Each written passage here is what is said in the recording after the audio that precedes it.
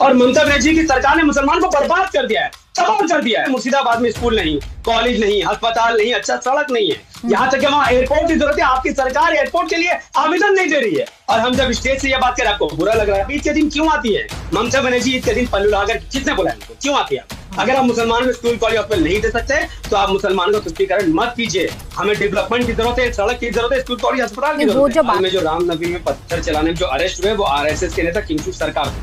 फिर 3 दिन पहले, रामनवमी से 3 दिन पहले पुरुलिया डिस्ट्रिक्ट बंगाल में है, जिन्होंने हनुमान जी की मूर्ति को तोड़ा है। बिल्कुल गलत बात उसमें है। नाम सामने आया है महतो का, जो बीजेपी का नेता है। इस देश में यादवों का नेता है, दलितों का नेता है, ब्राह्मणों का नेता है। अपने साथी को नहीं सुनते हैं आप नफीस। नफीस जी, आप मुझे ये बताएं, जब जब मैं आपका नाम ले रही हूँ, इसी डिबेट में देख रही हूँ मैं, जब जब मैं आपका नाम ले रही हूँ तो इतनी तिलमिलाहट क्यों देखने को मिल रही है हमें टीएमसी के अंदर? ऐसा क्या कर रहे हैं आप? चर्चा खास मेहमान हमारे साथ हैं नफीस अंसारी, नेता एआईएमआईएम हमारे साथ। आप सभी का बहुत बहुत स्वागत है। आप अपने एक धर्म की बात कर रहे हैं, इसी की चिंता मुसलमानों के प्रति है। मैं जवाब दूं नफीस अंसारी जी, ना तो आप चैलेंजर बन पा रहे हैं, ममता बनर्जी आपको चुनौती नहीं मानती हैं, और दूसरा आप खेल बिगाड़ने की कोशिश कर रहे हैं, एक तरफा राजनीति करके, धर्म की राजनीति करके, सांप्रदायिक राजनीति करके, सिर्फ मुसलमानों की बात करके।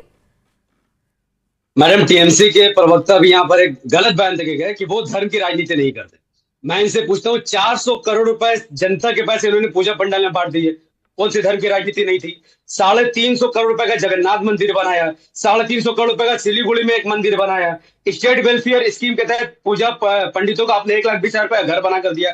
धर्म की राजनीति आप कर रहे हैं। मुसलमानों को क्या दिया आपने? इफ्तार में खजूर दे दिया और ईद के दिन पल्लू ओढ़कर कहा अल्लाह में क्षमा कर दो। ये जब हम एक्सपोज करते हैं इनको तो ये कहते हैं कि हम धर्म की राजनीति कर रहे हैं। हम मुर्शिदाबाद के इंसाफ की राजनीति कर रहे हैं। आप कह रहे हैं कि आपने 47 मुसलमानों को टिकट बहुत एहसान कर दिया आपने।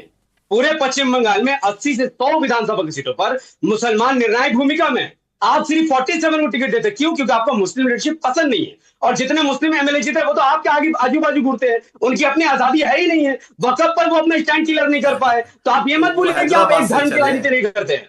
सुनिए, टीएमसी ने बंगाल में ऑलरेडी मुसलमान को बर्बाद कर दिया है और ऑलरेडी अपने पंडितों के लिए, पुजारियों के लिए, हिंदू समाज के लिए सब किया है। सुनिए, हैदराबाद देश के हिस्सा है, यही प्रॉब्लम है। देखिए, जब हमने मुर्शिदाबाद के विकास की बात की, मुस्लिम लीडरशिप की बात की, उन्होंने हमें पाकिस्तानी कहा।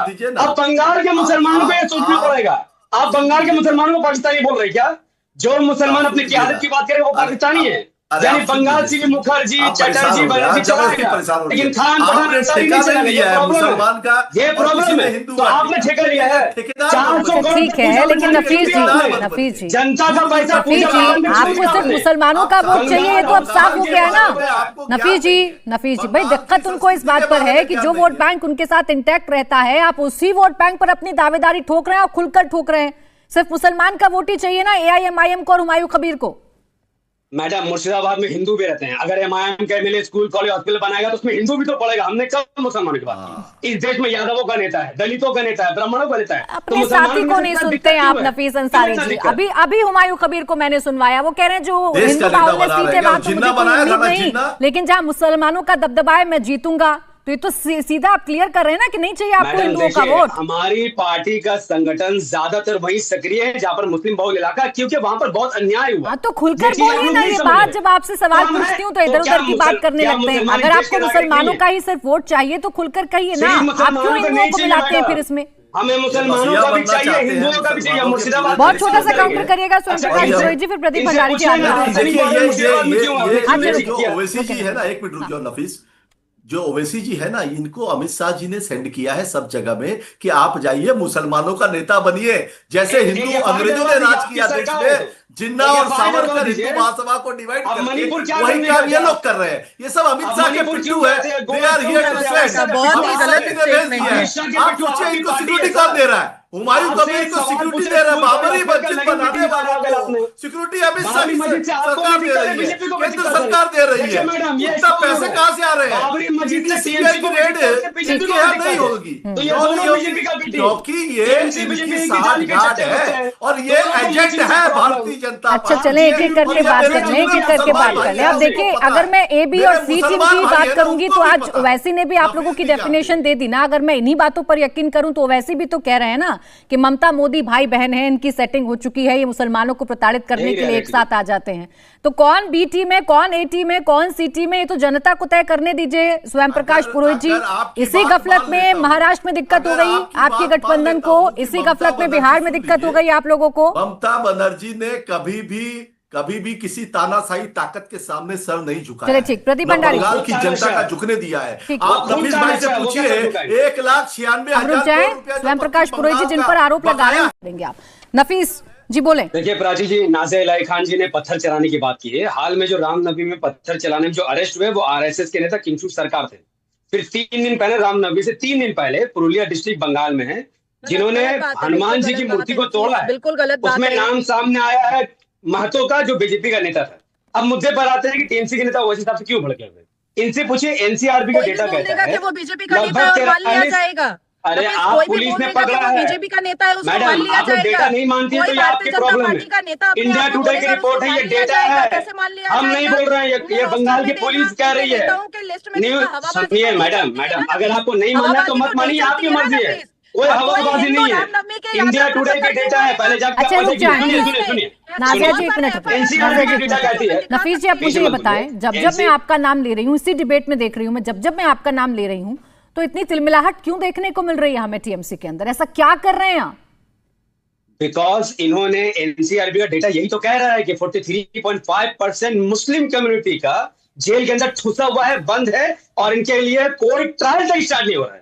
तो जब आप मुसलमान पर जुल्म करेंगे, दबाएंगे, मुर्शिदाबाद में आर्सेनिक वाटर, जानती है मैडम, आर्सेनिक वाटर 210 मिलीग्राम पर लीटर जहर पानी में मिला हुआ है, सरकार उसके लिए कुछ नहीं कर रही है। ममता बनर्जी, अभिषेक बनर्जी जब जाते हैं तो फिल्टर पानी पीते हैं। मुर्शिदाबाद के गरीब मुसलमान और हिंदू वही पानी पीते हैं जिसमें आर्सेनिक मिला हुआ है। जब ये मुद्दा हम लोग उठाते तो इनको बुरा लगता है, इसीलिए इनको तिलमिलाहट हो रही है। हम तो मुद्दे की लड़ाई, हम कह रहे हैं मुर्शिदाबाद में स्कूल नहीं, कॉलेज नहीं, अस्पताल नहीं, अच्छा सड़क नहीं है, यहाँ तक कि वहां एयरपोर्ट की जरूरत है, आपकी सरकार एयरपोर्ट के लिए आवेदन नहीं दे रही है। और हम जब स्टेज से यह बात करें आपको बुरा लग रहा है। हाँ, हम मुस्लिम लीडरशिप की बात करते हैं बिकॉज मुसलमान सबसे ज्यादा परेशान है, और ममता बनर्जी की सरकार ने मुसलमान को बर्बाद कर दिया है, तबाह कर दिया है। मुस्लिम इलाकों में इंग्लिश मीडियम स्कूल की जरूरत है, आप खोलना नहीं चाहते, आप पुलिस स्टेशन खोल रहे हैं। और जब हम ये बात उठाए तो इसी बात से तो आपत्ति है ना, इसी बात से आपत्ति है ना। ये संविधान आपको आजादी देता है कि आप राजनीति करें, आप एक राजनीतिक दल के तौर पर आप वोट मांगे, लेकिन आप तो एक समुदाय विशेष से वोट मांग रहे हैं ना नफीस अंसारी। उनके साथ आप सांप्रदायिकता कर रहे हैं, आप सांप्रदायिक बातें कर रहे हैं। जब आप खुलकर कहते हैं कि हमें मुसलमानों की लीडरशिप को आगे लेकर आना है,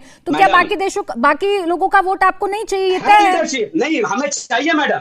अगर किसी यादव के साथ, दलित के साथ, ब्राह्मण के साथ गलत होता और इसी साथ ब्राह्मण करते, पर मुसलमान के साथ गलत हुआ बंगाल में, ये फैक्ट है। एनसीआरबी की डाटा, एम्पिरिकल डाटा को आप खारिज नहीं कर सकती है। टीएमसी सरकार को काम करने चाहिए, पर उन्होंने 15 साल में कोई काम नहीं किया। और मुझे इससे भी बड़ी आपत्ति है कि आप ईद के दिन क्यों आती है ममता बनर्जी, ईद के दिन पल्लू लगाकर, किसने बोला उनको, क्यों आती है? अगर आप मुसलमानों को स्कूल कॉलेज हॉस्पिटल नहीं दे सकते तो आप मुसलमानों का तुष्टीकरण मत कीजिए। हमें डेवलपमेंट की जरूरत है, सड़क की जरूरत है, स्कूल कॉलेज अस्पताल की जरूरत है। वो जब आती है तो मुस्लिम समुदाय के बीच में जाती हैं। आप कह दीजिए मुस्लिम समुदाय से कि ममता बनर्जी आती है तो उनको मत आने दीजिए, भाई उनका स्वागत होता है इसीलिए जाती है। आपको आपत्ति है उनके जाने से, तो आप मुस्लिम समुदाय को बोले कि ऐसा ना करने दें। रुके नफीस जी, आपने कुछ पॉइंटेड सवाल पूछे। नफीस जी, आपने कुछ पॉइंटेड सवाल पूछे, मैं कोशिश करूंगी पुरोहित जी उसका जवाब दे दें।